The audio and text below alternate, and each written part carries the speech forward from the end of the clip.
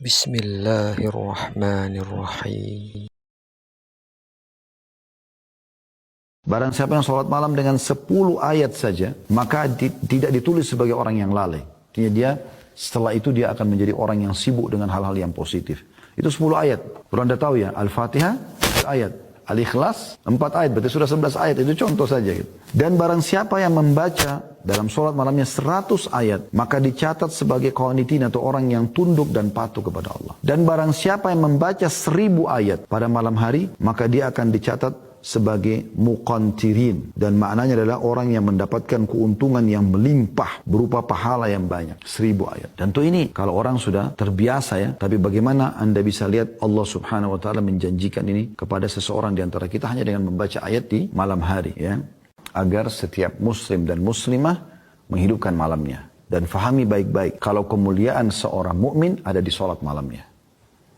Apapun yang kita inginkan kita bisa dapatkan di sholat malam itu. Kayak misalnya kita ingin dipenuhi hajat kita, berdoa kepada Allah subhanahu wa ta'ala, bisa. Atau ya, kita ingin diselesaikan permasalahan yang sedang kita hadapi, juga bisa ya. Atau kita ingin menambah derajat kita di surga supaya lebih tinggi derajatnya, juga bisa gitu. Ya. Jadi semua kita bisa dapatkan. Dan sangat dekat dengan keikhlasan. Karena di sholat malam tidak ada di keramaian orang. Kita sendirian. Kebanyakan orang kerjakan sendirian. Kalaupun dia kerjakan seperti di hadis motivasi antara suami istri, ini memang sudah saling tahu, sudah saling terbuka gitu. Maka ini juga hal yang luar biasa yang bisa membuat mereka berdua supaya saling ta'awun atau bekerjasama dalam kebaikan. Baik teman-teman sekalian, kita akan coba masuk lebih dalam tentang qiyamul lail atau tahajud.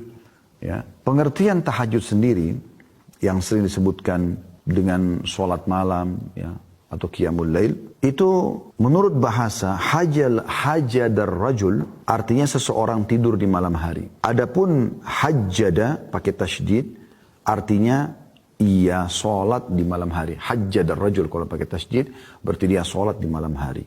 Makanya kita bilang tahajud ada tasydidnya.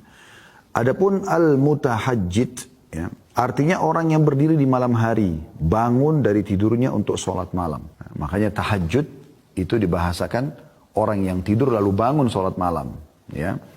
Kalau qiyamul lail berarti sudah bangun untuk sholat langsung. Jadi tahajud itu lebih pekah lagi kalau digunakan bahasa ini. Hukum tahajud sendiri sunnah muakkadah, sunnah yang sangat ditekankan, bukan wajib.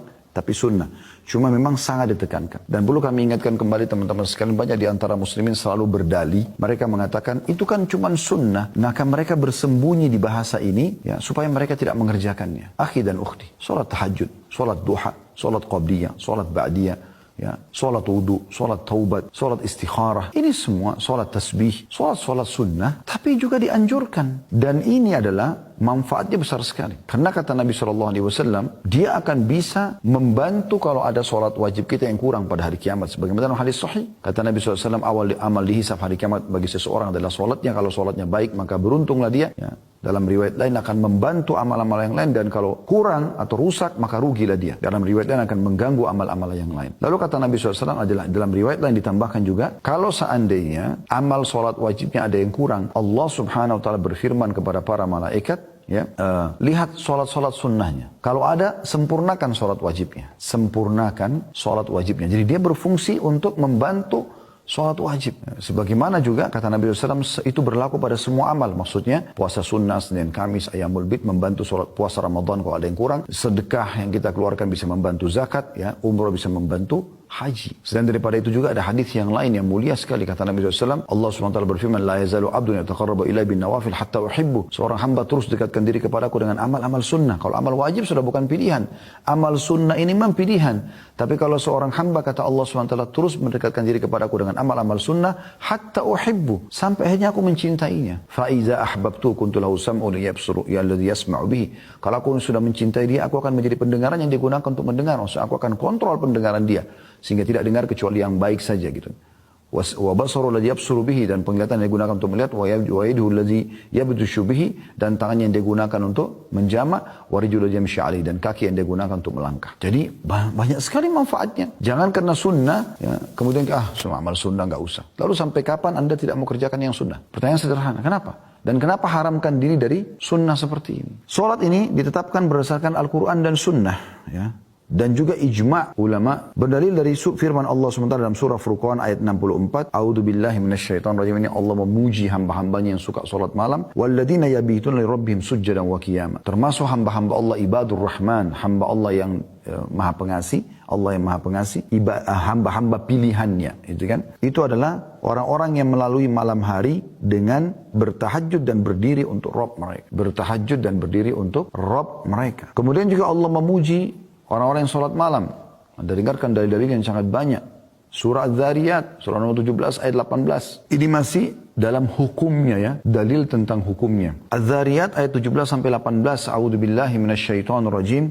Kanu qalila minal laili ma yahja'un wa bil ashari hum yastaghfirun. Dan hamba-hamba Allah itu, hamba-hamba pilihan Allah, mereka sedikit sekali tidur di waktu malam. Dan di akhir-akhir malam mereka memohon ampun atau memperbanyak istighfar kepada Allah. Menjelang subuh setelah sholat malam mereka sibuk dengan istighfar, mohon ampun kepada Allah. Di sini Allah memuji. Jadi tidur lebih cepat di malam hari supaya Anda bangun sholat malam. Kalaupun Anda begadang jangan keluput dengan sholat malam Anda. Kemudian juga Allah SWT menerangkan orang-orang yang sempurna keimanannya justru orang yang selalu mendirikan sholat malam. Allah sebutkan dalam surah Sajdah ayat 16 sampai ayat 17. Coba dibuka As-Sajdah ayat 16 sampai 17. A'udzubillahi minasyaitonir rajim. Tatajafa junubum 'anil madaji'i yad'una rabbahum khaufan wa tama'an wa mimma razaqnahum yunfikun. Fala ta'lamu nafsum ma ukhfiya lahum min qurrati a'yunin jazaa'an bima kanu ya'malun. Lambung mereka jauh dari tempat tidurnya sedangkan mereka berdoa kepada Rabbnya dengan rasa takut dan harap. Dan mereka menafkahkan sebagian rezeki yang kami berikan kepada mereka. Seorang pun tidak mengetahui apa yang disembunyikan untuk mereka, yaitu bermacam-macam nikmat yang menyedapkan pandangan mata sebagai balasan bagi mereka atas apa yang telah mereka kerjakan. Perhatikan, saya ulangi di sini, Allah memuji mengatakan lambung mereka, berarti sisi tubuh mereka jauh dari tempat tidur mereka, maksudnya di malam hari. Sedang mereka sibuk berdoa kepada Rabb mereka dengan rasa takut jangan sampai masuk neraka, takut jangan sampai amalnya nggak diterima, dan berharap agar amalnya diterima dan berharap masuk ke dalam surga. Berada di antara dua hal itu, sibuk terus. Dan mereka menafkahkan sebagian rezeki yang telah kami berikan kepada mereka. Setelah sholat malam, besoknya sibuk dengan sedekah. Apalagi zaman sekarang bisa dengan transfer online, sangat mudah. Maka dengan itu semua, sholat malam dan sedekah ini, Allah menyiapkan hal-hal yang menyedapkan mata mereka, yang Allah sembunyikan. Ya, dan itu sebagai balasan terhadap apa yang telah mereka kerjakan. Nah, kita lihat di sini bagaimana dalilnya banyak sekali. Ya, Allah Subhanahu Wa Taala juga memerintahkan Nabi Muhammad Sallallahu Alaihi Wasallam untuk salat malam. Bisa dilihat dalam surah Al-Muzammil ayat 1 sampai ayat 4. A'udzubillahi minasyaitonir rajim. Kita lihat banyak sekali ayat demi ayat peringatan Allah Subhanahu Wa Taala tentang masalah anjuran untuk salat malam. Kita baru bicara tentang hukumnya ya. Sunnah muakkadah, ini semua dalilnya. Allah SWT berfirman Al-Muzammil ayat 1 sampai ayat 4. A'udzubillahi minasyaitonir rajim. Ya ayyuhal muzammil qumil laila illa qalila nisfahu aw inqus minhu qalila aw zid alaihi warattilil qur'ana tartila. Hai orang yang berselimut, maksudnya hai Muhammad. Karena Nabi SAW itu lagi berselimut lalu Allah perintahkan untuk bangun salat malam. Bangunlah untuk mendirikan salat di malam hari kecuali sedikit daripadanya, yaitu seperduanya atau kurangilah dari seperdua itu sedikit atau lebih ya, dari seperdua itu, dan bacalah Al-Quran dengan perlahan-lahan. Jadi Allah perintahkan Nabi SAW untuk salat. Subhanallah, ini kebiasaan Nabi SAW yang tidak pernah beliau tinggalkan.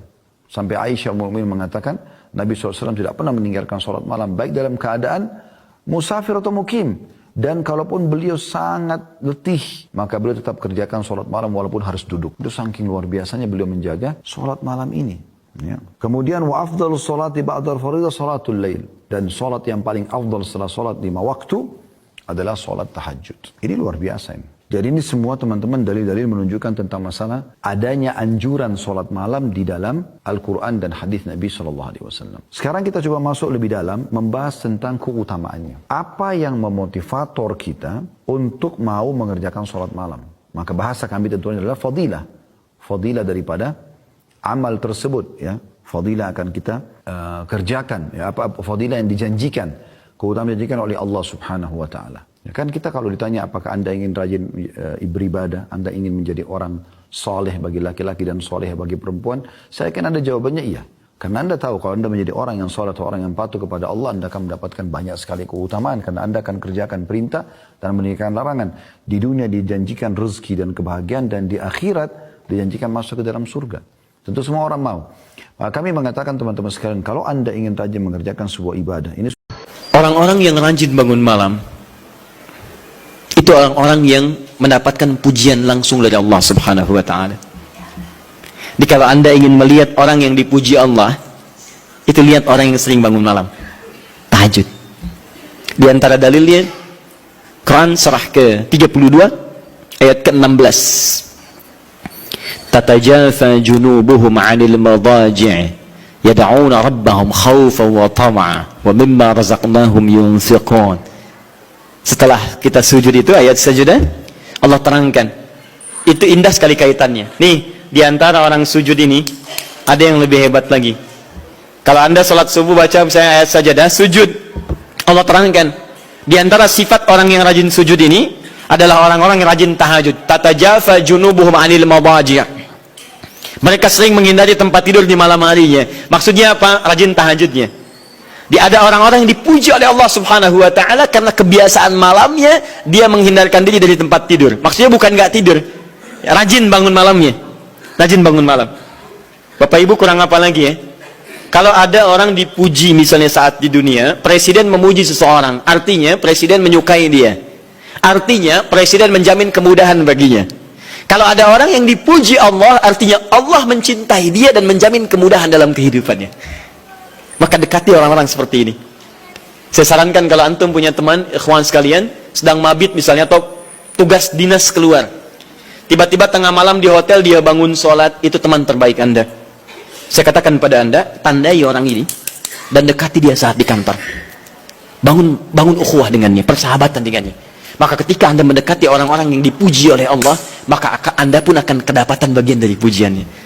Karena mustahil orang yang dijaga oleh Allah mengajak Anda pada maksiat. Itu mustahil. Mustahil. Sama teman-teman yang masih di kampus, kalau malam-malam misalnya di asrama atau pulang tiba-tiba ada orang-orang yang kelihatan sholat malam, dekati orang ini. Jadilah bagian dari sahabatnya.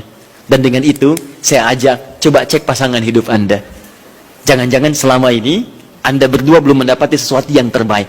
Kalau ibu ingin suaminya dipuji oleh Allah Subhanahu wa Ta'ala, maka bangunkan malamnya supaya dia sholat. Kalau Anda, istri Anda ingin dipuji oleh Allah Subhanahu wa Ta'ala, bangunkan malamnya supaya dia sholat. Dan kalau bisa keduanya kompak. Pernah kan saya sampaikan di pertemuan lalu, Nabi menyampaikan, lihat rahimallahu ra'an atau rajulan, Allah merahmati seorang lelaki, kemudian yang bangun di pertengahan malam dia sholat, lantas membangunkan istrinya dan mencipratkan air di wajah istrinya supaya dia bangun menunaikan sholat malam. Seperti Allah merahmati seorang istri yang bangun di malam hari untuk sholat, kemudian dia mencipratkan air di wajah suaminya supaya bangun untuk sholat. Saking tingginya mendapatkan pujian Allah, sampai kata Nabi SAW, ayo bangunkan istrimu sekalipun kau cipratkan air di wajahnya. Tapi mohon izin Bu ya, maksud hadis itu kalau sudah ada komitmen dan rencana bangun di malam harinya. Ingat ya, bukan ibu ngaji sekarang suami nggak hadir, terus dengar itu terus nggak punya rencana. Aduh saya pengen suami dipuji Allah, masya Allah malam-malam segayung Pak. Mama kenapa? Hadis Nabi Pak. Oh hadis Nabi. Aduh siapa yang ngajarin? Nah, itu yang repot.